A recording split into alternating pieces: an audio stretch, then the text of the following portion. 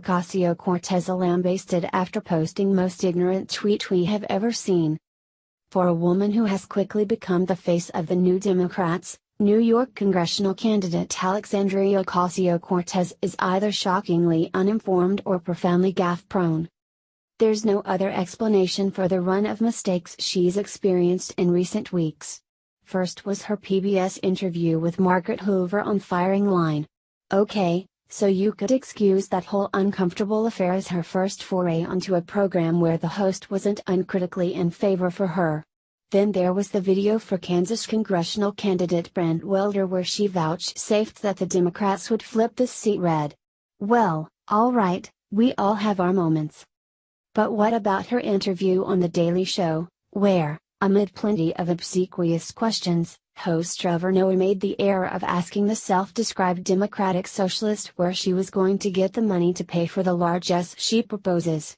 Whoops.If you're still in denial and believe that these three incidents are merely the missteps of a young political candidate finding her sea legs after being thrown into the foaming waters of American politics, perhaps you ought to consider something she tweeted last week.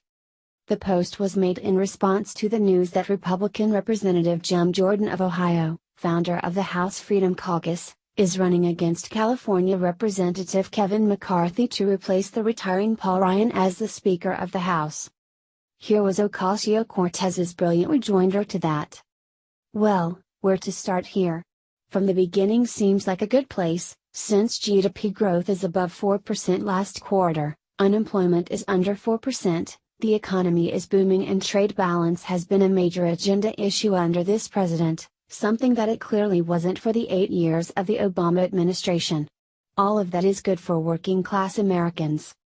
As for being weak on crime, I don't know whether this is a sick joke or Ocasio-Cortez actually believes this. She is, after all, one of the shrillest voices in the Abolish ICE movement, which states that one of the chief law enforcement agencies effectuating immigration law is not merely superfluous but racist. When it comes to enforcing drug laws or standing up for police officers, they're the ones who fight crime, remember? The Republican Party is demonstrably tougher than the Democrats. This isn't even a matter of debate, there's literally no effective way to make this argument on the Democrat side. Okay, so what about equal rights? I suppose if you follow the Democrats' strategy of working toward equal outcome, then yes, this is the case. However, given that this is the administration that's ended the Obama administration's Department of Education imposed racial discrimination plans by colleges and universities, which discriminated disproportionately against Asian Americans, one could easily make a case in the other direction. National security? Please don't make me laugh. The Democrats have fought the wall, fought to maintain the Iran deal, fought for the rights of those who are illegally in this country. They simply don't believe national security is important, unless, of course, it involves Russia, then they're all about it so long as it doesn't involve President Trump's actual record in regards to Vladimir Putin. Then we have weakness on rejecting racism.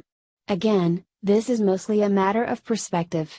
We could point out racism in both parties, usually more explicit on the fringes, but it's also worth noting that the Democrats' belief is that anything that doesn't fit their cultural agenda is automatically racist.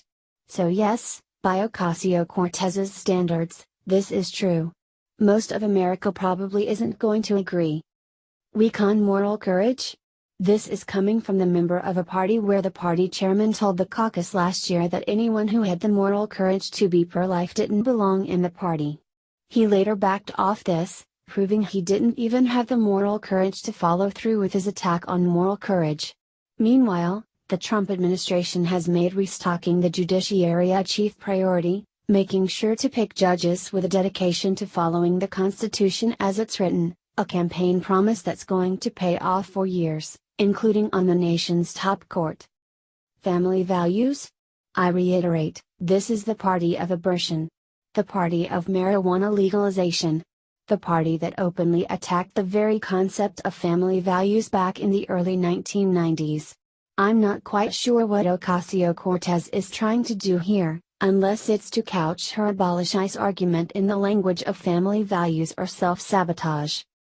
This is all astonishingly ignorant, and, It's worth noting, makes no concrete points about Jordan's record aside from trying to tie him to these vague points that don't actually make any sense. It's become literally impossible to take Ocasio-Cortez seriously anymore, given the ridiculousness of the things that come out of her mouth off of her fingers. Bluntly put, if this is the new face of the Democrats, the Republicans